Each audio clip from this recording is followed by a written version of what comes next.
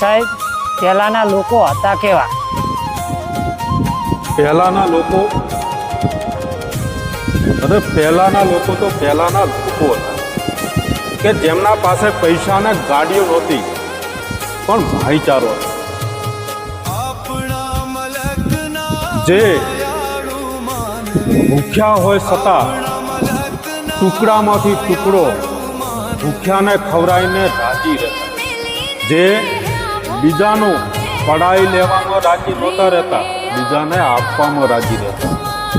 જ્યાં ભાઈ ભાઈ વચ્ચે ખેતરના શેઢા અને સીમાડા માટે ઝઘડા નહોતા, જ્યાં ગામમાં કોઈને તકલીફ પડે તો ગામના આખા લોકો ભેળા થઈ દુઃખી વ્યક્તિના ઘરે ખડે પગે તૈયાર રહે. જ્યાં લોકોના દુઃખે દુઃખી અને લોકોના સુખે સુખી રહેતા. આ રીતે લોકો રહેતા.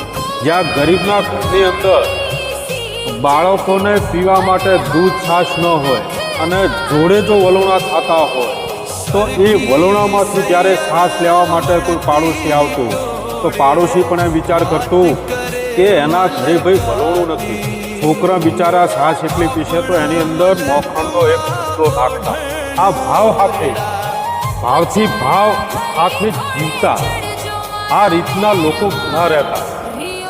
અને અત્યારે લોકો પાસે પૈસા છે ભાઈ, પણ ભાઈચારો નથી. ભાઈનો નથી.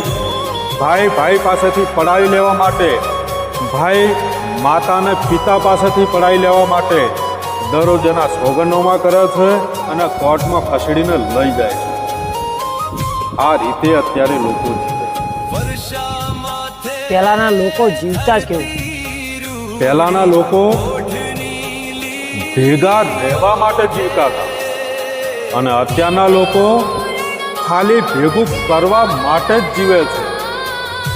આ તો પહેલાના લોકો અને અત્યારના લોકો. અરે પહેલા ગામમાં કોઈના ઘરે મહેમાન આવે તો એ એક જ ઘરનો મહેમાન નહોતો, એ આખા શેરીનો મહેમાન બનતો હતો. જ્યાં મહેમાન માટે મનગમતા રોટલા અને મનગમતી પથારીઓ ડેલીએ થતી. જ્યાં ભેળા થઈ ભાઈઓ અને પરિવારના જ્યાં ચા અને કહુંબાની લેણીઓ થતી હતી, જ્યાં ભોજન સાથે થતું હતું. આ રીતે સ્નેહથી ભેળા મળીને પહેલાના લોકો જીવતા હતા. આ હતો પહેલાના લોકો અને અત્યારના લોકોનો તફાવત. હંમેશા ભેળા મળી સમાજ, પરિવાર અને ભાઈઓ સાથે એકથી એક જોડાઈ અને જીવો. આ છે જિંદગી અને બધાએ ખુશ રહો.